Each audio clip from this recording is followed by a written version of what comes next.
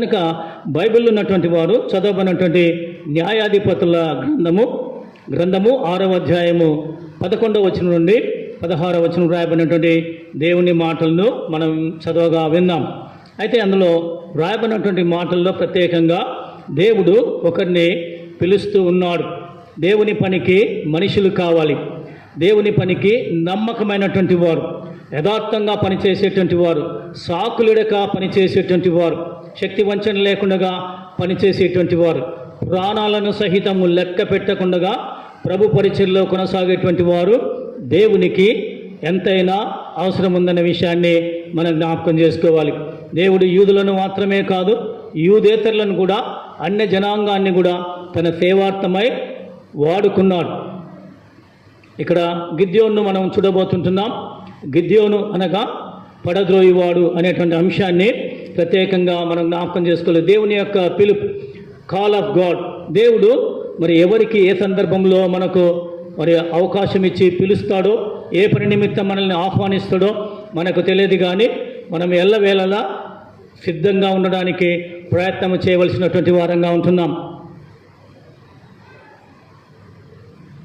దేవుని పనిని జరిగించుటకు వ్యక్తులు కావాలను, వారు సమర్పణ కలిగిన వారుగా ఉండాలి అనేటువంటి మాట. సోమరులు దేవుని పనికి పనికిరారు.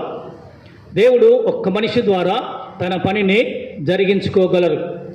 God needs a man, God needs David. దావీదును కావాలి దేవుడికి, మోషే కావాలి, పిల్లరా సంసోనును కావాలి, ఈ రీతిగా జాషువా కావాలి, నీవు కావాలి, నేను కావాలి. కనుక దేవునికి ఒక్క మనుష్యుడు కావాలి. అది స్త్రీ కావచ్చు, పురుషుడు కావచ్చు అనే విషయాన్ని మనం జ్ఞాపకం చేసుకోవాలి. కనుక అటు వారిలో గిద్యోను ఒకడు అనేటువంటి మాట. గిద్యోను అనగా పడద్రోయువాడు అనేటువంటి అంశాన్ని మనం జ్ఞాపకం చేసుకోవాలి. కనుక మనిషిని ఒక మనిషి చూచే కోణము దేవుడు చూచే కోణానికి వేరుగా ఉంటుంది. తన ప్రజలు తనకు మొరపెట్టినప్పుడు వారి సహాయం కొరకు దేవుడు దిగి వచ్చేటువంటి వాడుగా ఉన్నాడు. When they cried out to the lord, దేవునికి ఎలుగెత్తి మొరపెట్టగా అనేటువంటి అంశాన్ని మనము దేవుని వాక్యంలో పదే పదే చూస్తూ ఉంటాం, చదువుతూ ఉంటాం, వింటూ ఉంటాం. వై దే క్రైడ్ అవుట్, వారు ఎందుకు ఎలుగెత్తి దేవునికి మొరపెట్టారు, బిగ్గరగా అడిగారు, మనవి చేశారు. They were in trouble. వారు వేదనలో ఉన్నారు, కష్టాల్లో ఉన్నారు, శ్రమల్లో ఉన్నారు, దుఃఖంలో ఉన్నారు, బాధలో ఉన్నారు, స్వేచ్ఛ లేదు, బానిసత్వంలో ఉన్నారు. కనుక దేవుని సహాయము చాలా అవసరం. దేవుడు మనకు సహాయం లేకపోతే మనమేమి కూడా పొందలేము, సాధించలేమనేటువంటి విషయాన్ని మనం జ్ఞాపకం చేసుకోవాలి. కనుక ఇక్కడ మనం గమనించినట్టయితే ఈ సంభాషణ అంతా కూడా గిద్యోను గోధుమలను దుల్లగొట్టుకునే పనిలో ఉన్న సమయంలో దేవుడు తనను దర్శిస్తున్నటువంటి సందర్భంలోని ఒక సన్నివేశం. గిద్యోను ఎక్కడ ఉన్నాడు? గోధుమల దుల్లగొట్టుకున్నటువంటి గానుగల చాటున ఉన్నాడు. దేవుడు అంటున్నాడు, పరాక్రమం గల బలాఢ్యుడు అంటా ఉన్నాడు అని ఇందాక మాట్లాడినట్టుగా మనుషులు చూచే కోణము, దేవుడు చూచే కోణము వేరుగా ఉంటుంది. గిద్యోనులో దాగి ఉన్న నిగూఢమైన, నిక్షిప్తమైన, దాగి ఉన్నటువంటి బలాన్ని, శక్తిని, ధైర్యాన్ని దేవుడు చూడగలుగుతూ ఉంటున్నాడు. అవన్నీ ఆయన ఇచ్చినవే, అవి మనం గమనించాలి. మనకు మనంగా బలం లేని వారం, మనకు మనంగా శక్తి లేని వారం, మనకు మనంగా జ్ఞానం లేని వారం అని మనం జ్ఞానం ఎంచుకోవాల్సినటువంటి వారంగా ఉన్నాం. తెలుసుకోవాలి. నేను జ్ఞానిని అనుకోకూడదు, నేను బలవంతుని అనుకోకూడదు. కనుక గిద్యోనును పిలిచేటి సమయంలో ఆయన గోధుమలను దుల్లగొట్టుకుంటున్నాడు. కారణం చూడండి, 6వ అధ్యాయం 1వ వచనం రాయబడినటువంటి మాట మనం చదువుకున్నట్టయితే, ఇశ్రాయేలులు యెహోవా దృష్టికి దోషులైనందున యెహోవా 7 ఏళ్ళు వారిని మిద్యానీలకు అప్పగించను. దేవుడే ఇశ్రాయేలు జనాంగాన్ని వారి చేతికి అప్పగిస్తున్నాడు. ఎందుకు అప్పగిస్తున్నాడు? దేవుని దృష్టిలో వారు దోషులైనారు. They renewed their sin and trouble repeated. వారు పాపాన్ని చేయడం తిరిగా ప్రారంభించారు. పిల్లరా, మనం పాప క్షమాపణ పొందాం, కానీ తిరిగా పాపాన్ని చేసేటువంటి అవకాశం లేకపోలేదు. చేసినందువల్ల శ్రమలు, కష్టాలు, మన కుటుంబాల్లో ఎందుకు నెమ్మది లేదు, ఎందుకు శాంతి లేదు, మన పిల్లలు ఎందుకు మన మాట వినడం లేదంటే ఏదో ఒక పొరపాటు, ఏదో ఒక పాపం దాగి ఉన్నటువంటి చెప్పుకోలేనటువంటిది ఏదైనా ఉండి ఉండవచ్చు. కనుక దేవుని వాక్యము, గిద్యోని జీవితాన్ని దేవుడు మన ముందుకు తీసుకుని వస్తుంటుండగా మన వ్యక్తిగత కుటుంబ జీవితాలని మనము పరిశీలించుకొని, పరీక్షించుకొని సరిచేసుకోవడానికి మనం ప్రయత్నం చేయవలసినటువంటి వారంగా ఉంటున్నాం. కనుక they did evil in the sight of the lord again and again. వారు యెహోవా దృష్టికి, మనుషుల దృష్టికి కాదు. యోసేపు ఏమంటాడు? యెహోవా దృష్టికి ఇంత ఘోర పాపము చేసి నేను ఎలాగో ఆయన దృష్టిలో చెడ్డవాడినవుదును, లేకపోతే ఎందుకు ఇటువంటి ఘోర పాపము చేయాలి? కనుక దేవుని దృష్టి అనేటువంటిది మనం చాలా జాగ్రత్తగా మన వాచ్వర్డ్. మనుషుల దృష్టి నుంచి తప్పించుకోవచ్చేమో కానీ దేవుని దృష్టిలో నుంచి నేను కానీ, నీవు కానీ, మనం ఎవ్వరం కానీ ప్రపంచంలో ఉన్న ప్రతిదీ, సృష్టిలో ఉన్న ప్రతిదీ కూడా తప్పించుకోలేదు అనే విషయాన్ని మనకు జ్ఞాపకం చేస్తున్నాడు. దావీదు భక్తుడు ఏమంటాడు? నేను ఆకాశమునకెక్కినను నీవు అక్కడ నువ్వు ఉన్నావు, పాతాళమందు పండుకొనెను నీవు అక్కడ నువ్వు ఉన్నావు. వాక్యం చదువుతున్నారా మీరు? నేను పలుకుతున్నా కదా, నేను రిపీట్ చేయాలా? నేను ఆకాశమునకెక్కినను నీవు అక్కడను ఉన్నావు, నేను పాతాళమందు పండుకొనెను నీవు అక్కడను ఉన్నావు. అంటే నేను దాగుకునే చోటు ఏది లేదు. అంటే నరకాణిలో దేవుడు లేడని కాదు. ఆయన అన్నిటినీ కలగజేసిన వాడు గనక, అన్నిటి మీద అధికారం కలిగినటువంటి వాడు గనక, అన్నిటినీ అజమాయిష్ చేయగలిగినటువంటి వాడు గనక నేను పాతాళంలో ఉన్నా కూడా. యోనా ఎక్కడున్నాడు? చేప కడుపు. చేప ఎక్కడుంది?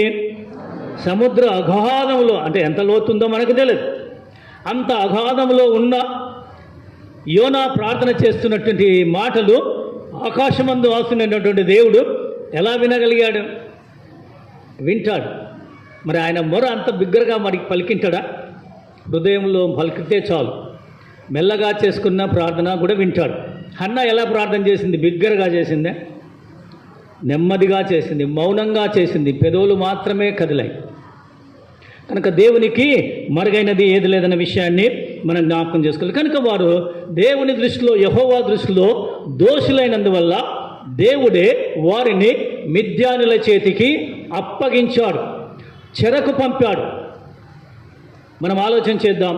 మన కుటుంబంలో శాంతి లేక, నెమ్మది లేక, దుఃఖముతో, వేదనతో, కుటుంబ కలహాలతో ఉన్నాయేమో ఆలోచన చేద్దాం. ఒకవేళ ఆ రీతిగా ఉన్నట్లయితే నేను కానీ, నా భర్త కానీ, నా పిల్లలు కానీ ఎక్కడ తప్పిపోయామో అని ఆలోచన చేసుకోవలసినటువంటి సమయం. కనుక దేవుడు మన జీవితంలో ఒక కష్టాన్ని తీసుకొచ్చినప్పుడు తద్వారా మనం ఏమి చేశామో తెలుసుకొని తిరిగా దేవుని దగ్గరికి రావడానికి అది ఉపయోగపడుతుందన్న విషయాన్ని మనం జ్ఞాపకం చేసుకోవాలి. ఆయన మితముగా శిక్షించే దేవుడు, నిమిషం మాత్రమే కోప్పడేటువంటి దేవుడు. కనుక ఆ విషయాన్ని మనం జ్ఞాపకం చేసుకోవాలి. కనుక వారిని ఎందుకు పంపించాడంటే 7 ఏళ్ళు వారిని మిద్యానుల చేతికి అప్పగించను. మిద్యానుల చెయ్యి ఇశ్రాయేళ్ల మీద హెచ్చాయను గనక వారు మిద్యానుల ఎదుట నిలవలేక కొండలలోనున్న వాగులను, గుహలను, దుర్గములను తమకు సిద్ధపరచుకొనిరి. ప్రియులారా, ఇశ్రాయేల్ జనాంగము ఎవరి జనాంగము? దేవుని జనాంగమే. దేవుడు కోరుకున్న జనాంగమే. దేవునికి స్వకీయమైన సాంపద్యమే. అయితే వారిని గురించి ఒక మాట అంటాడు దేవుని వాక్యంలో. వారు ఎటువంటి వారు అంటే మెడవంచని జనాంగం. దేవర్ స్టిఫ్ నెక్కెడ్. అంటే మెడవంచరు, అహంకారంగా, గర్వంగా ఉండేటువంటి వారు. దేవర్ రిబెలియస్ పీపుల్. వారు తిరుగుబాటు చేసే జనాంగం, మాటకు మాట ఎదురు చెప్పేటువంటి జనాంగంగా ఉంటున్నారు. దేవర్ మోస్ట్ డిసొబీడియంట్ చిల్డ్రన్. ఎంత అవిధేయులంటే దేవుని మాటను పెడచెవిని పెట్టినటువంటి ఇశ్రాయేల్ జనాంగం. అంత మాత్రమే కాదు, దేవుడు మరి సంఖ్యాకాండం 22వ అధ్యాయం 4వ వచనంలో ఏమంటాడంటే వారు ఆశీర్వదించబడిన జనులు. చదవండి ఆ మాట. సంఖ్యాకాండము 22వ అధ్యాయము 4వ వచనంలో మరి అక్కడ బిలాముతో దేవుడే స్వయంగా మాట్లాడుతూ పలుకుతున్నటువంటి మాట. ఇశ్రాయేల్ జనాంగము ఏమై ఉన్నారో 22:4.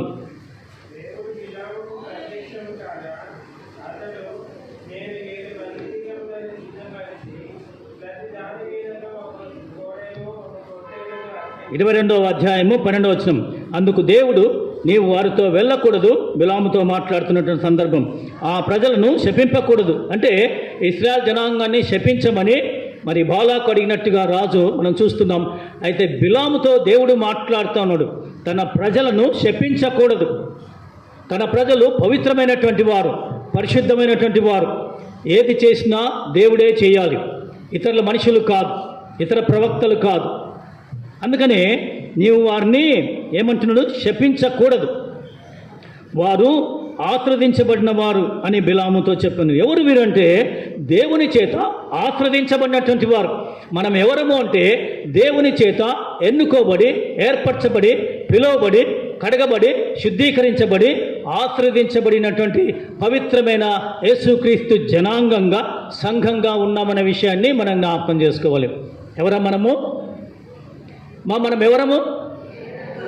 దేవుడి చేత కడగబడి, శుద్ధీకరించి ఒక సంఘంగా, పవిత్రమైన పరిశుద్ధ సంఘంగా ఉన్నటువంటి వారం, దేవునికి చెందిన వారం, దేవుని వారం. కనుక ఇశ్రాయేల్ జనాంగము వారు ఆశీర్వదించబడినటువంటి జనాంగం. అయినప్పటికీ వారి జీవితంలో శ్రమలు, కష్టాలు, చెర, బాధ, వేదన, ఆహార కొరత, ఆర్థిక మాంద్యం. ఎందుకు సరైన ఆహారం మన కుటుంబాల్లో లభించడం లేదు అంటే ఏదైనా పొరపాటు ఉందేమో, ఏదైనా దాగిన పాపం ఉందేమో మనము జ్ఞాపకం చేసుకుందాం, పరిశీలించుకుందాం. కనుక వారు ఇన్ని కష్టాలు కలిగినప్పుడు వారు ఎక్కడికి వెళ్తా ఉన్నారంటే గుహల్లోనికి వెళ్తూ ఉన్నారు, కొండల్లోకి వెళ్తూ ఉంటున్నారు. మిద్యానుల చేత నిలవలేకపోతున్నారు. మిద్యానులు డెకాయిడ్స్ అంటే దారి దోపిడిగా ఉంటారు. ఎవరైనా దారిలో వెళ్తుంటే, రహదారిలో వెళ్తుంటే వారి మీద పడి దోచుకునేటువంటి వారు, చంపేటువంటి వారు. అటువంటి మిద్యానీయులు వీరనే విషయాన్ని మనం జ్ఞాపకం చేసుకోవాలి. అయితే వీరు ఇత్రో ఉన్నటువంటి మామగారైనటువంటి ఇత్రో ఉన్నటువంటి ఆ ప్రాంతానికి చెందిన మిద్యానీయులు కాదు, కానీ వీరు వేరే ప్రాంతానికి చెందినటువంటి మిద్యానీయులు అనేటువంటి విషయాన్ని మనము జ్ఞాపకం చేసుకున్నటువంటి అంశం. కనుక ప్రియులరా, మిద్యానీయుల చేతికి దేవుడు వారిని అప్పగించినటువంటి సందర్భంలో అయితే 7వ వచనం చూసినట్టయితే మిద్యానీయుల వాళ్ళని బాధను బట్టి ఇశ్రాయేలీయులు యెహోవాకు మొరపెట్టగా, యెహోవా దృష్టిలో నేరము చేసినటువంటి వారు తిరుగా యెహోవాకే మొరపెడుతున్నట్టుగా మనం ఇక్కడ చూస్తున్నాం. కనుక మనము తప్పు చేసినప్పుడు, బాధపడినప్పుడు ఎవరికి మొరపెట్టాలంటే దేవునికే. మనము నమ్మిన, మనం విశ్వసించిన, మనము ప్రార్థన చేస్తున్నటువంటి ప్రభువైన యేసుకే మనము ప్రార్థన చేయవలసిన వారం. కనుక ప్రార్థన కూడా నేర్చుకోవాలి. చాలామంది ప్రార్థన నేర్చుకోలేనటువంటి వారుగా ఉన్నారు. సంఘంలో వస్తున్నాం, వింటున్నాం, కనుక ప్రార్థన ఎలాగో చేయవలనో కూడా నేర్చుకోవడానికి మనము ప్రయత్నం చేద్దాం. ఇది సంఘం. ఇక్కడ అన్నీ నేర్చుకోవడానికి అవకాశం ఉంటుంది. ప్రార్థన నేర్చుకోవచ్చు, వాక్యం నేర్చుకోవచ్చు, పాట నేర్చుకోవచ్చు, ప్రకటన నేర్చుకోవచ్చు, పరిచయం చేయడం నేర్చుకోవచ్చు. అన్నీ మనం ఏమైతే నేర్చుకోవాలనుకున్నారో అన్నీ నేర్చుకోవడానికి ఒక పరిశుద్ధ స్థలము, ఒక సంఘం అనే విషయాన్ని మనం జ్ఞాపకం చేస్తున్నాం. కనుక వారు యెహోవాకు మొరపెట్టగా యెహోవా ఇశ్రాయేళ్ల యొద్దకు ప్రవక్తను కని పంపాడు. ప్రవక్తను పంపాడు. ప్రవక్తలు ఎవరు? దేవుని ప్రతినిధులు, దేవుని చేత ఏర్పరచబడినటువంటి వారు. అయితే దేవుడు ఆదేశించిన రీతిగా ప్రవక్తలు వెళ్ళి ఇశ్రాయేల్ జనాంగంతో మాట్లాడినప్పుడు అతడు వారితో ఇలాగ ప్రకటించాను, ఇశ్రాయేల్ దేవుడైన యెహోవా సెలవిచ్చినదేమనగా, నేను ఐగుప్తులో నుండి మిమ్మల్ని రప్పించి దాసుల గృహంలో నుండి మిమ్మల్ని తోడుకొని వచ్చి తిని, ఐగుప్తుల చేతుల నుండి మిమ్మల్ని బాధించిన వారందరి చేతుల నుండి మిమ్మల్ని విడిపించి మీ ఎదుట నుండి వారిని తోలివేసి వారి దేశమును మీకు ఇచ్చి తిని. ఇశ్రాయేల్ జనాంగముతో ప్రవక్త మాట్లాడుతున్నటువంటి మాటలు ఏంటంటే, మీరు ఐగుప్తు బానిసత్వంలో ఉన్నారు, బాధలో ఉన్నారు, వేదనలో ఉన్నారు. నాకు మొరపెట్టగా నేను మోషేను పంపాను, మోషే నాయకత్వంలో మిమ్మల్ని విడిపించాను. విడిపించి అక్కడ ఉన్నటువంటి వారందరినీ పారద్రోలి ఆ దేశమును మీకు ఇచ్చాను. మీ దేవుడైన యెహోవాను నేనే. మీరు అమోరీయుల దేశమున నివసించుచున్నారు, వారి దేవతలకు భయపడకుడి అని మీతో చెప్పితిని, కానీ మీరు నా మాట వినకపోతురి. ఎవరి మాట వినకపోయినారంట? దేవుని మాట వినకపోయినారు. అందుకనే ఎందుకు ఇందాక మనం బాప్తిసం పొందినటువంటి వారు అబ్రహాం సంతానం, అందరూ కూడా మరి ఎర్ర సముద్రం గుండా వెళ్ళారు. అయితే అనేకులు దేవుని యందు అపనమ్మిక ఉంచారు కనుక, విసిగించారు కనుక వారు అరణ్యములో రాలిపోయారు. ఇక్కడ కూడా దేవునికి భయపడడం లేదు, దేవుని మాటను పెడచెవిన పెట్టేటువంటి వారుగా ఉన్నారు. అందుకని వారి దేవతలకు భయపడకుడి అని అన్నారు. అందుకని మత్తయి సువార్తలో ఏమంటాడు, దేహమును చంపువానికి భయపడకుడి, దేహమును ఆత్మను చంపువానికి భయపడుడి. దేహం ఎవరు చంపుతారు? మనుషులు చంపుతారు. మనుషులకు భయపడకుడి. కానీ నీ ఆత్మను చంపేటువంటి వాడు, నీ ఆత్మను నరకానికి పంపగలిగిన వాడు దేవుడే. కనుక నీవు ఎవరికి భయపడాలంటే దేవునికి భయపడను. నీలో ఉన్నవాడు లోకంలో ఉన్నవాని కంటే గొప్పవాడు, బలవంతుడు. కనుక అటువంటి ధైర్యంతో మనం ముందుకు సాగాలి. కనుక మీరు భయపడితిరి, నా మాట వినకపోతిరి, అన్య దేవతలకు భయపడినారు. నేను నిజమైన దేవుడను, మీరు మొరపెడితే విన్నటువంటి దేవుడను, మీరు అరణ్యంలో ఒంటరిగా ఉన్నప్పుడు పోషించినటువంటి దేవుడను, కాపాడిన దేవుడను, ఆకలితో ఉన్నప్పుడు పోషించిన దేవుడను. అయితే మీరు నా మాట పెడచెవిన పెట్టారు, నాకు భయపడకపోతే కనుక ఈ శ్రమంతా కలిగింది. ఎందుకు ఈ వేదన, ఎందుకు ఈ శోధన, ఎందుకు ఇరుకు, ఎందుకు ఇబ్బంది అన్నట్టు గమనించినట్లయితే నా మాట మీరు వినకపోయారు, వినలేదు, నాకు భయపడలేదు. మనం ఎవరికి భయపడుతున్నాం? అధికారులకు భయపడుతున్నాం కదా, నిజమే. ఈ లోకంలో ఉన్న అధికారులకు గౌరవించాలి, భయపడాల్సిన ఆవశ్యకత లేదు. తప్పు చేసిన వారు మాత్రమే భయపడతారు. కానీ ఇక్కడ దేవుడు ఏమంటుందంటే, నేను దేవుడని గనక మీకు పవిత్రమైన భయం నా యందు ఉండాలి. యెహోవా యందు భయభక్తులు కలిగి ఉండుట జ్ఞానమునకు మూలం. కనుక పిల్లరా మనం జ్ఞాపకం చేస్తుంది. కనుక యెహోవా దూత వచ్చి అభిజ్రేయుడైన యోవాషును కలిగిన ఒఫ్రాలోని మస్తకి వృక్షం క్రింద కూర్చుండెను. ఆ dialogue between God and Gideon, దేవునికిని గిద్యోనుకును మధ్య ఒక సంభాషణ జరుగుతున్నటువంటి ఒక అంశాన్ని మనం జ్ఞాపకం చేసుకుంటున్నాం. కనుక దేవుడు గిద్యోనుతో తన ప్రజలైన ఇశ్రాయేలును మిద్యానీయుల చేతిలో నుండి విడిపించమని ఆదేశిస్తూ ఉన్నాడు. దేవుడు ఎందుకు దిగి వచ్చాడు అని అంటే, మిద్యానీయుల చేతిలో వారు బాధింపబడుతున్నారు, వేదనలో ఉన్నారు, శాంతి లేదు, సమాధానం లేదు. వారు నాకు మొరపెట్టారు గనక నేను వారిని విడిపించటానికి, నిర్గమాకాండంలో చూసినట్టయితే నేను వారి మొర విన్నాను, వారిని విడిపించటానికి దిగి వచ్చి ఉన్నాను అంటాడు. కనుక దేవుడు మనము కష్టపడుతూ ఉంటే సంతోషించేవాడు కాదు, మన సహాయానికి దిగి వచ్చేటువంటి దేవుడు అనే విషయాన్ని మనం జ్ఞాపకం చేసుకోవాలి. ఆపత్కాలమందు నమ్ముకొనదగిన సహాయకుడు దేవుడు, మనకు ఆశ్రయమును దుర్గమునై ఉన్నాడు. కీర్తనకారుడు 46వ కీర్తన 1వ వచనంలో ఉంటాడు. దేవుడు మనకేమై ఉన్నాడు? ఆశ్రయమై ఉన్నాడు, దుర్గమై ఉంటున్నాడు. ఆపత్కాలమందు నమ్ముకొనదగిన సహాయకుడు. హీజ్ అవర్ ఏజర్, మనకు హెల్ప్ చేసేటువంటి వాడు, సహాయకుడిగా ఉన్నటువంటి దేవుడు. కనుక పిల్లరా మనం జ్ఞాపకం చేసుకుందాం, మిద్యానీయులను చేతిలో నుంచి విడిపించాలి. ఆ సందర్భంలో గిద్యోను సంధించినటువంటి ప్రశ్నలు మనం ధ్యానం చేద్దాం. పిల్లరా ఇక్కడ గిద్యోనుతో మాట్లాడుతున్న సందర్భంగా గిద్యోను దేవుణ్ణి 3 ప్రశ్నలు అడుగుతున్నట్టుగా మనం చూస్తూ ఉన్నాం. చూడండి అక్కడ రాయబడినటువంటి మాట, దేవుడు మాకు తోడైండి నెడలా ఇదంతా ఎలా సంభవించాం? How it so happened if God be for us కదా. యెహోవా మన పక్షంలో ఉండగా మనకు విరోధి ఎవడని 8వ అధ్యాయము రోమాసు పత్రిక 31వ వచనంలో ఉంటాడు. యెహోవా మన పక్షంగా ఉండగా, దేవుడు మన పక్షంగా ఉండగా మన విరోధి ఎవడు? దేవుడు మాకు తోడుగా ఉంటే ఈ కష్టం ఏంటి, ఈ నష్టం ఏంటి? చాలామంది బోధకులు ఏమంటారంటే, దేవుణ్ణి నమ్ముకుంటే నీ కష్టాలన్నీ తీరిపోతాయి, నీకు కావాల్సిన డబ్బు వస్తుంది, కార్లు వస్తాయి, బంగ్లాలు వస్తాయి, నీ పిల్లలు చాలా ఉన్నత స్థితికి వస్తారని చాలా బోధకులు చెప్తూ ఉంటారు. పిల్లరా అది బిబ్లికల్ కాదు.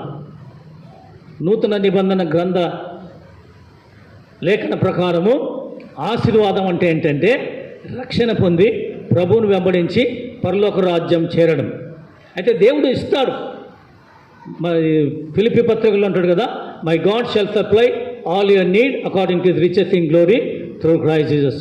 కనుక ప్రభువైన యేసుక్రీస్తునందు మీ ప్రతి అవసరతను దేవుడు తీరుస్తాడు. అవసరత, అంతేగాని కార్లు బంగ్లాలు కాదు. ఒకవేళ కారు అవసరమైతే ఇస్తాడు.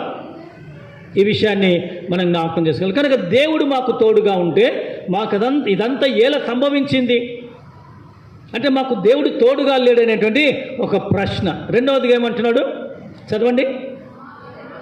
మా పితరులు మాకు వివరించిన ఆయన అద్భుతములు ఏమాయను.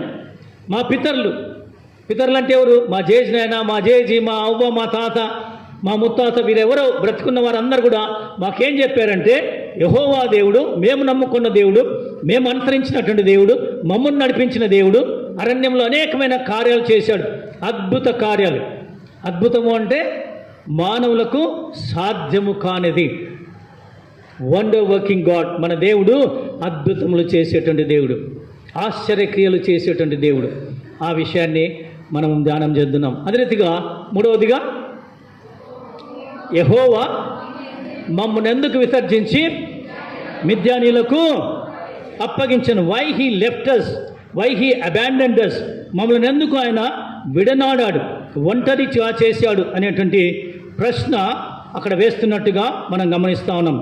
ప్రశ్నలు ఎవరు వేస్తారు, జవాబులు ఎవరు చెప్తారు?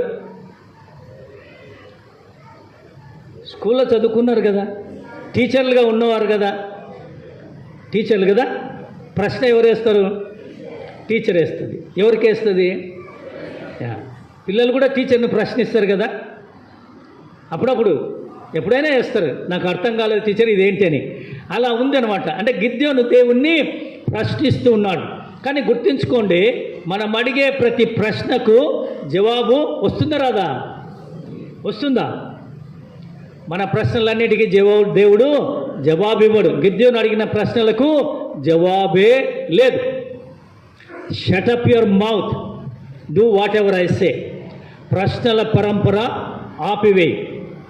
నేను చెప్పింది నీవు చేయడమే, నేను ఆదేశించింది పాటించడమే. కనుక పిల్లరా, మనం జ్ఞాపకం చేసుకుందాం. చాలాసార్లు దేవుని ప్రశ్నిస్తుంటున్నాం, ఎందుకు నా జీవితంలో కష్టం దేవా? వారు బాగున్నారు కదా, వాళ్ళ పిల్లలు బాగా చదువుకున్నారు కదా, వాళ్ళ పిల్లలకు ఉద్యోగాలు వచ్చాయి కదా, వాళ్ళ పిల్లలకు వివాహాలు అయ్యాయి కదా, నాకెందుకు లేదని దేవుణ్ణి ప్రశ్నించాల్సిన పని లేదు. దేవా, నా కుటుంబంలో కూడా ఆ కార్యాలు జరిగించని అడగొచ్చు. అర్థమైందా? దేవుణ్ణి ప్రశ్నించే అధికారము మనకు లేదు, ఆ హక్కు లేదు. కుమ్మరిని గురించి మాట్లాడతాడు ఇర్మియా భక్తుడు. ఏమంటాడు?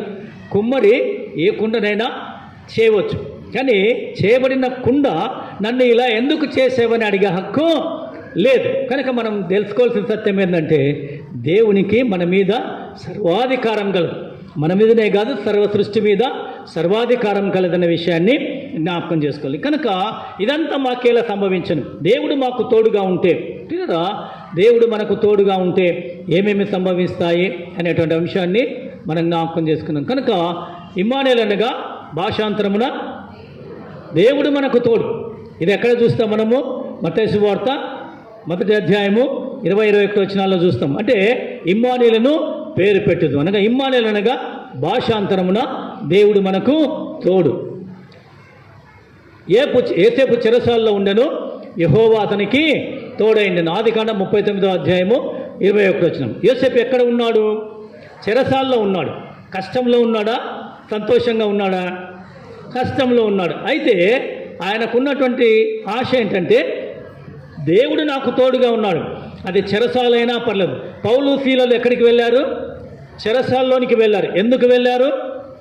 దేవుని సువార్తను ప్రకటిస్తున్నందువల్ల. అయితే వారు ఆనందంగా ఉన్నారా? ఏడుస్తూ దుఃఖంగా ఉన్నారా? ఆకలి దప్పులతో అలమటిస్తూ ఉన్నారా? ఆనందంగా ఉన్నారు. ఏం చేస్తున్నారు వారు? పాటలు పాడుతూ ఉన్నారు. ఇది సాధ్యమా? సాధ్యమే. ఎప్పుడు దేవుని ఆత్మచేత నింపబడినటువంటి స్థితిలో ఉన్నప్పుడు, దేవుని చేత నడిపించబడినప్పుడు మాత్రమే అది సాధ్యం. మనల్ని చెరసాల్లో పెడితే మనం వెంటనే ఏం చేస్తాం? ఆ రాజకీయ నాయకుడు, ఈ మినిస్టర్ వాళ్ళ దగ్గరికి వెళ్ళి వెంటనే బెయిల్ తెచ్చుకోవడానికి, బయటికి రావడానికి ప్రయత్నం చేద్దాం. మరి యోసేపుని ఎవరు తీసుకొస్తారు? ఎవరు లేరు, దేవుడే. చెరకు పంపినటువంటి ప్రజలు ఉండొచ్చేమో కానీ చెరలో ఉన్నటువంటి యోసేపుని ఎరిగిన దేవుడు, యోసేపును కాపాడుతున్నటువంటి దేవుడు, యోసేపుకు తోడుగా ఉన్న దేవుడు మనకు కూడా తోడుగా ఉన్నాడనే విషయాన్ని మనం జ్ఞాపకం చేసుకోవాలి. కనుక యోసేపు చెరలో ఉండను, యెహోవా అతనికి తోడైందును. యెహోషువ గ్రంథం 1వ అధ్యాయం 5వ వచనంలో, నేను నీకు తోడైందును, నీ దేవుడు ఇస్తున్నటువంటి అభయం. కనుక మన దేవుడు ఇస్తున్నటువంటి అభయం ఏంటంటే, ఒక అష్యూరెన్స్ ఏంటంటే, నేను నీకు తోడైనాను. యెహోవా మనకు తోడైండని ఎడల అనేటువంటి మాట దేవుని వాక్యంలో చూస్తాం. అంటే ఆయన తోడు లేకపోతే మనము లయమైపోతాం, చనిపోతాం, నశించిపోతాం. ఈ విషయాన్ని మనం జ్ఞాపకం చేసుకోవాలి. కనుక దేవుని తోడు మనకు చాలా అవసరం. అందుకనే దేవుని తోడు మాకున్నట్టయితే కష్టం ఎందుకు వచ్చింది? ఫరో రాజు మోషేను ప్రశ్నిస్తున్న సందర్భం ఏంటంటే, నిర్గమాకాండము అక్కడ రాబడినటువంటి మాట 10వ అధ్యాయము 9-10 వచనాల్లో చూసినట్టయితే అక్కడ రాయబడినటువంటి మాట చదవండి. అందుకు మోషే కనుక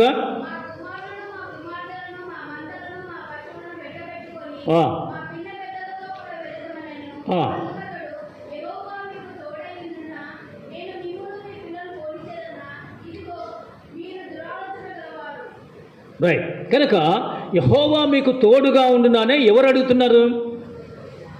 ఇందాక చదివాం. ఎవరిని గురించి అడుగుతున్నాడు? ఫరో రాజు అంటున్నాడు. మీ దగ్గర బైబిల్ ఉన్నాయి కదా, చదువుతున్నారు కదా, విన్నారు కదా. ఫరో రాజు మోషేతో అంటున్నాడు, యెహోవా మీకు తోడుగా ఉంటాడా? నేను మిమ్మల్ని పంపగలనా? కానీ పంపాడా లేదా? తరిమాడు.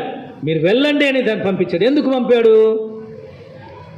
ఐగుప్తులో ఉన్నటువంటి తొలిచూలు సంతానాన్ని ఆయన చంపాడు. ఎవరి కొరకు చంపాడు? తన ప్రజలైనటువంటి ఇశ్రాయేలు జనాంగం కొరకు, వారు బానిసత్వంలో ఉన్న కఠిన దారిద్ర్యంలో ఉన్నటువంటి వారి కొరకు దేవుడు దిగి వచ్చి ఈ గొప్ప కార్యాలు చేసినట్టుగా మనం చూస్తున్నాం. కనుక ఫరో మనకు తోడుగా ఉంటాడా అని అడిగితే దేవుడు మనకు తోడుగా ఉంటాడు. అయితే రెండవదిగా మనం గమనించినట్టయితే యెహోవా ఆయన చేసిన అద్భుత కార్యములు ఏమాయను అంటే ఆయన అద్భుతకరుడు కాడా? అంటే మా పితరులకు మాత్రమే అద్భుతాలు చేసినటువంటి వాడా? మేము ఉన్నప్పుడు మాకు చేయడా? అర్థమవుతుందండి? ఆ దేవుడు శక్తిని కోల్పోయాడా? పిల్లరా, దేవుడు నిన్న అనేది నిరంతరము ఏకరీతిగా ఉన్నటువంటి దేవుడు, మార్పు లేని దేవుడు, మారని దేవుడు, గతంలో, వర్తమానంలో, భవిష్యత్తులో ఒకే రీతిగా ఉండేటువంటి దేవుడు. అందుకనే దేవుడు మాట్లాడుతూ, నేను మోషేకు తోడుగా ఉన్నాను, యెహోషువ నీకు కూడా తోడుగా ఉంటాను, కాలేబు నీకు తోడుగా ఉంటాను, గిద్యోను నీకు తోడుగా ఉంటాను. పిల్లరా, దేవుడు మనకు తోడుగా ఉంటాడు. అంత మాత్రమే కాదు, ఆయన అద్భుతాలు చేసేటువంటి దేవుడు అనే విషయాన్ని మనకు జ్ఞాపకం చేస్తున్నాడు. చూడండి, పరలోకం నుండి మన్నాను కురిపించాడు. ఆయన చేసిన అద్భుత కార్యం ఏంటంటే మన్నాను కురిపించినట్టుగా మనము చూస్తున్నటువంటి ఒక అంశాన్ని గమనించినట్టయితే, ఆయన మన్నాను కురిపించ నిర్గమాకాండము 16వ అధ్యాయం 14వ వచనం చూడండి. నిర్గమాకాండము 16వ అధ్యాయం 14వ వచనం.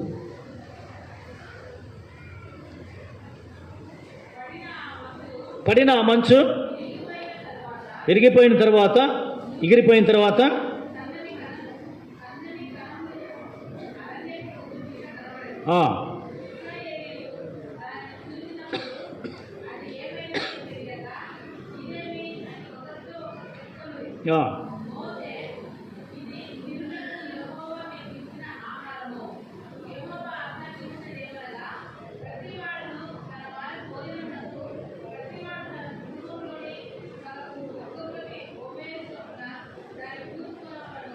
రైట్. కనుక అది మన్నా, పరలోకం నుండి మన్నాను ఆకలితో ఉన్నప్పుడు ఆహారం కొరకు మోషేని అడిగినప్పుడు, దేవుడికి సన్నిధిలో మొరపెట్టినప్పుడు మోషే ప్రభువు వారి కొరకు మన్నాను కురిపించాడు. అందుకనే మీ పితరుల అరణ్యమందు మన్నాను భుజించినను చనిపోయినాడు, నన్ను తినివాడు మరెన్నడూను చనిపోడు అంటాడు. ఎందుకంటే ప్రభు యొక్క దేహం గురించి మాట్లాడినప్పుడు సందర్భంలో మనం ప్రభువును భుజిస్తున్నామంటే ప్రభువుని ఎరిగిన వారంగా ఉన్నాం, ప్రభు రక్తంలో కడగబడిన వారంగా ఉన్నాం, పాపక్షమాపణ పొందిన వారంగా ఉన్నాం, ప్రభు చేత కుమారత్వంలోనికి మనం వచ్చాం, దత్తపుత్రాత్మను పొందిన వారంగా ఉంటున్నాం. కనుక ప్రభువుకు చెందిన వారము మరెన్నడూ కూడా చనిపోము అనేటువంటి విషయాన్ని మనకు జ్ఞాపకం చేస్తున్నాడు. కనుక పరలోకం అన్నాను ఆహారాన్ని, మాంసాన్ని కూడా వారు అడిగారు. మేము అక్కడ ఉన్నప్పుడు అనేకమైనటువంటి మాంసాలు తిన్నాం. అయితే నిర్గమకాండం 16వ అధ్యాయం 12వ వచనంలో చూసినట్టయితే దేవుడు వారిని మాంసముతో పోషించాడు. వారి నాసిక రంధ్రంలో నుంచి, చెవుల్లో నుంచి మాంసం వచ్చినంతగా తిన్నారండి. గాడ్ గివ్స్ ఇమ్మెజరబుల్లీ, కొలవలేనంతగా, అమితంగా దేవుడు మనకు ఇవ్వగలిగినటువంటి వాడు. కనుక వారికి మన్నాన్ని ఇచ్చాడు, మాంసాన్ని ఇచ్చినటువంటి దేవుడు. అంత మాత్రమే కాదు, ఎర్ర సముద్రాన్ని కూడా పాయలుగా చేసి ముందుకు నడిపించినటువంటి దేవుడు అనే విషయాన్ని మనకు జ్ఞాపకం చేస్తున్నాడు. అయితే ఈ నిర్గమకాండం 14వ అధ్యాయం 29వ వచనంలో చూసినట్టయితే, అయితే ఇశ్రాయేలీయులు ఆరిన నీళ్లను సముద్రం మధ్యన ఉన్నప్పుడు ఆ నీళ్లు వారి కుడి ఎడమల ప్రక్కల గోడవలే నుండెను. పిల్లరా, ఎర్ర సముద్రంలో వారు నడిచారు. సముద్రము అగాధమైనటువంటిది, లోతైనటువంటిది, బహువైశాల్యం కలిగినటువంటిది. అయినప్పటికీ కూడా ఆ సముద్రాన్ని పాయలుగా చీల్చాడు. ఎవరు? దేవుడే. ఎవరి కొరకు? తన ప్రజల కొరకు. పిల్లరా, ఇది మీ కొరకు అంటున్నాడు దేవుడు. ఎవరి కొరకు? మన కొరకు. కనుక ఇక్కడ ఇశ్రాయేలు జనాంగం కొరకు ఎర్ర సముద్రాన్ని పాయలుగా చేసినటువంటి దేవుడు అనే విషయాన్ని మనం జ్ఞాపకం చేసుకోవాలి. అంత మాత్రమే కాదు, బండ నుండి నీళ్లను అనుగ్రహించిన దేవుడు. సంఖ్యాకాండంలో 20వ అధ్యాయం 8వ వచనంలో చూసినట్టయితే మోషేతో చెప్పిన మాట ఏంటంటే, నీవు బండతో మాట్లాడు, స్పీక్ టు ద రాక్. బండతో మాట్లాడితే నీకు బండ నీళ్ళు ఇస్తుంది. But don't struck the rock. బండని నీవు కొట్టరాదు. ఆ బండ ఎవరన్నారు? క్రీస్తే. క్రీస్తును కొట్టడం నీ పని కాదు.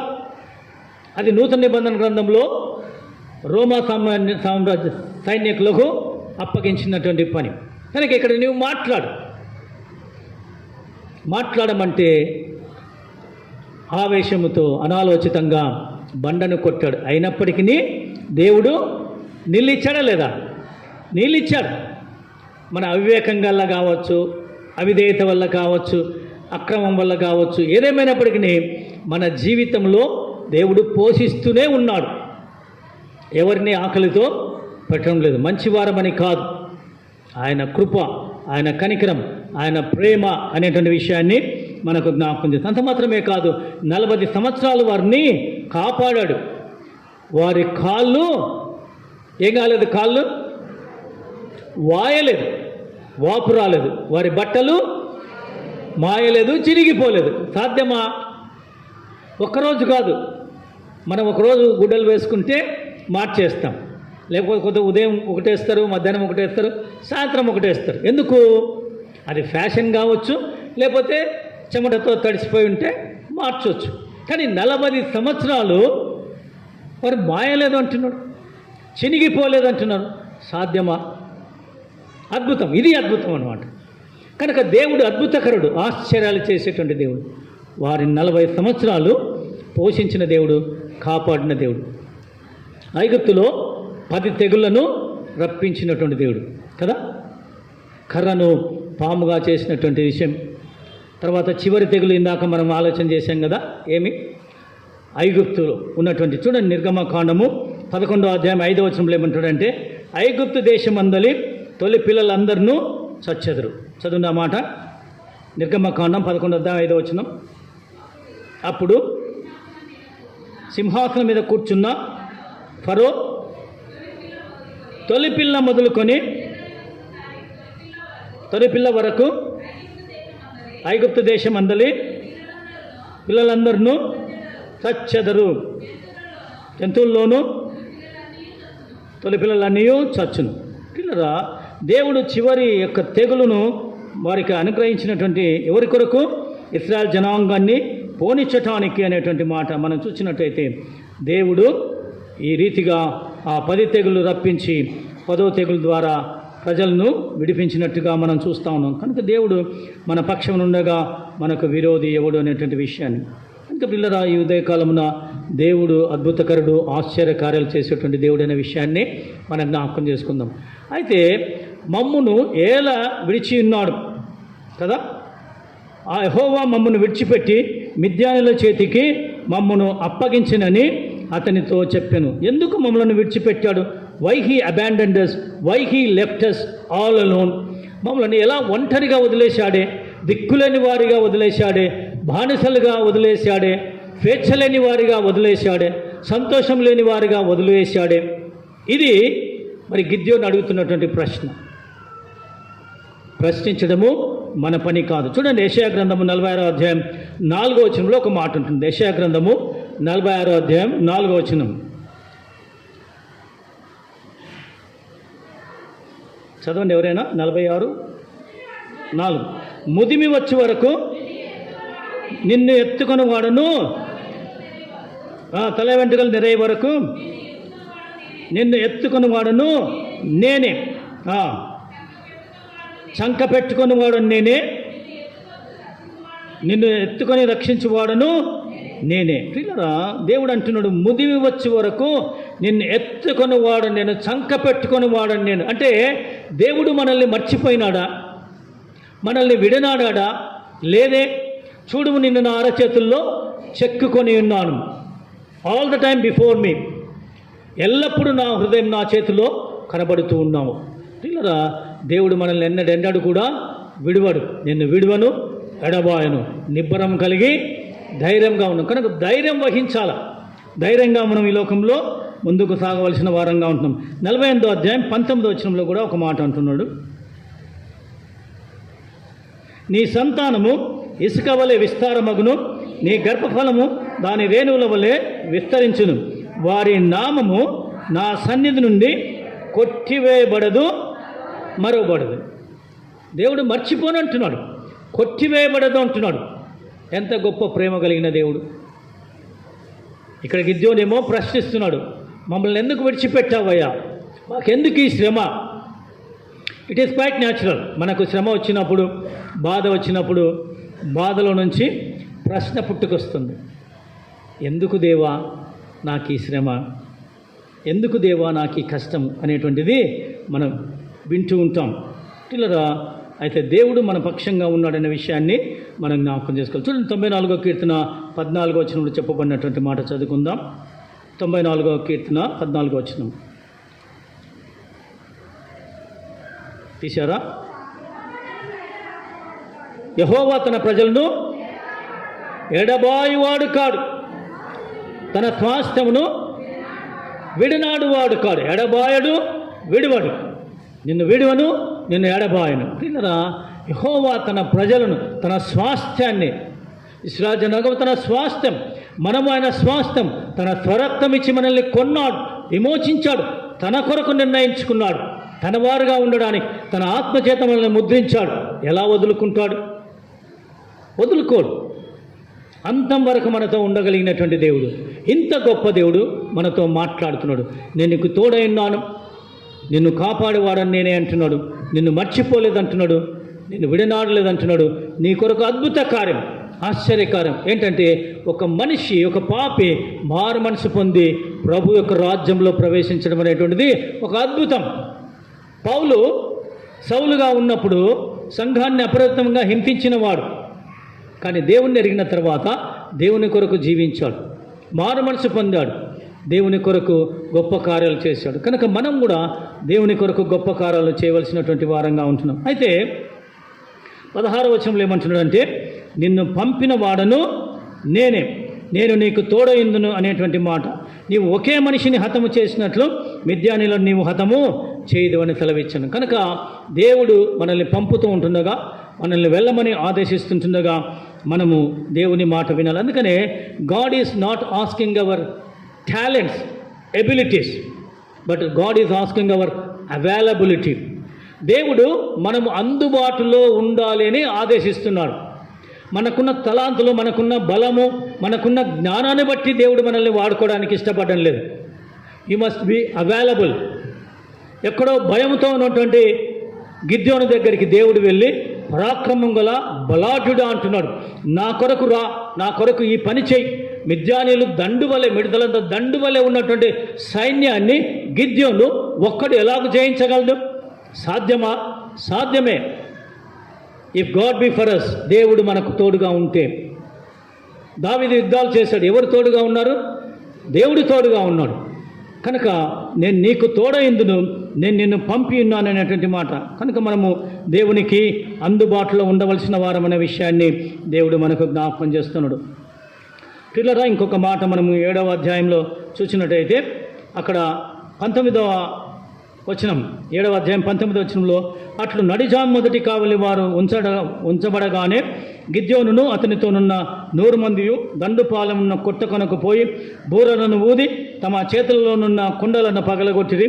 అట్లు ఆ 3 గుంపుల వారు బూరలను ఊదుచు ఆ కుండలను పగలగొట్టి ఎడమ చేతుల్లో దివిటీలను, కుడి చేతుల్లో ఊదుటకు బూరలను పట్టుకొని యెహోవా ఖడ్గము, గిద్యోను ఖడ్గమని కేకలు వేసిరి. వారిలో ప్రతి వాడును తన చోటున దండు చుట్టూ నిలిచి ఉండగా ఆ దండు వారందరూ పరిగెత్తుచు కేకలు వేయిచు పారిపోయి ఆ 300 మంది బూరలను ఊదినప్పుడు యెహోవా దండంతటిలోను ప్రతి వాని ఖడ్గమును వాని పొరుగు వాని మీదికి త్రిప్పెను. దండు తెరరాతు వైపునకు నున్న బెత్తిత్తా వరకు, తబ్బిత్తానున్న అబెల్మహోలా తీరం వరకు పారిపోగా నఫ్తాలి గోత్రంలో నుండి, ఆషేరు గోత్రంలో నుండి, మనష్షే గోత్రం అంతటిలో నుండి పిలిపింపబడిన ఇశ్రాయేలు కూడుకొని మిద్యానీలను తరిమిరి, చంపిరి, దోచుకొనిరి. ఇదంతా ఎలా సాధ్యము? దేవుడు గిద్యోనికి ఇచ్చిన ఒక ప్రణాళిక. 300 మందితో వెళ్ళమన్నాడు, దివిటీలు తీసుకువెళ్ళమన్నాడు, కుండలు తీసుకువెళ్ళమన్నాడు, బూరలు తీసుకువెళ్ళమన్నాడు. యుద్ధానికి ఇవి సరిపోతాయా? వారేమో యుద్ధ నైపుణ్యం కలిగిన వారు, మిడతలు అంత గొప్ప సైన్యంగా ఉన్నారు.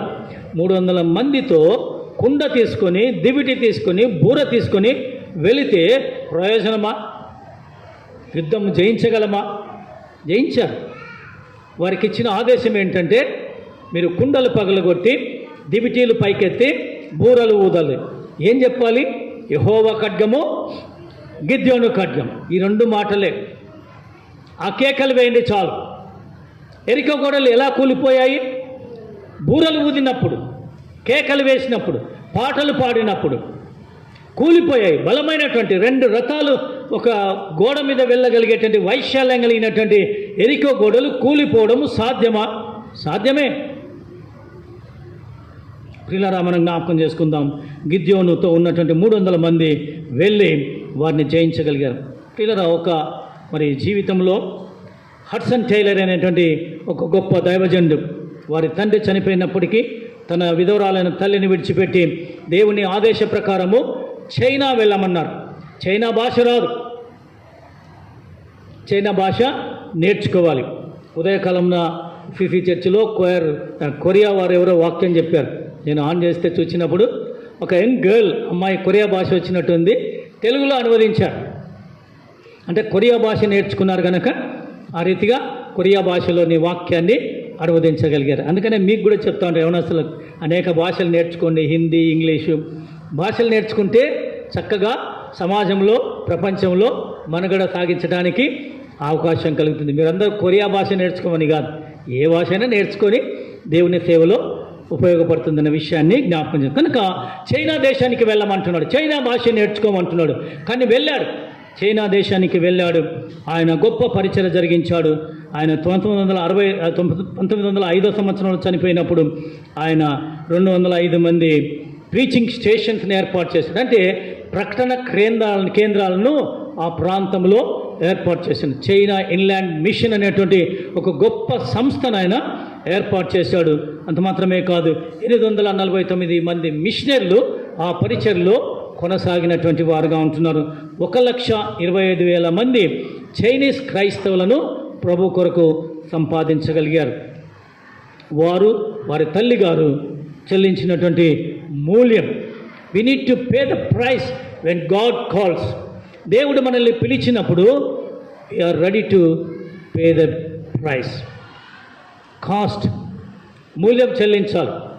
దేవుని సేవకు వచ్చినటువంటి వారు, దేవుని పని చేయదలిచినటువంటి వారు నమ్మకంగా ప్రాణములను సహితము అర్పించటానికి ముందుకు రావాలి. కనుక వీరందరూ మిషన్ పొలాల్లోకి వెళ్ళారు, భాష నేర్చుకున్నారు, ప్రభు కొరకు సంపాదించారు, మనుషులను, సంఘాన్ని స్థాపించారు.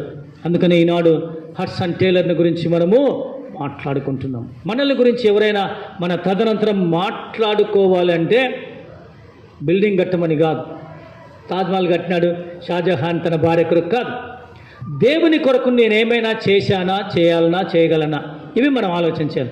నేను వెళ్ళిన తర్వాత దేవుని కొరకు చేసినదే నిలుస్తుంది. Only one life, it will soon past, but what ever you do for the lord it will remain. యేసుక్రీస్తు కొరకు మనం చేసే పని నిరంతరము నిలుస్తుంది. కనుక దేవుడు మనల్ని పిలుస్తుండగా, దేవుడు మనల్ని ఆదేశిస్తుండగా ఆయన చెప్పిన పని చేయటానికి మనమందరం కూడా ముందుకు సాగుదాం. అట్టి కృప దేవుడు మనకందరికీ అనుగ్రహించి నడిపించునుగాక.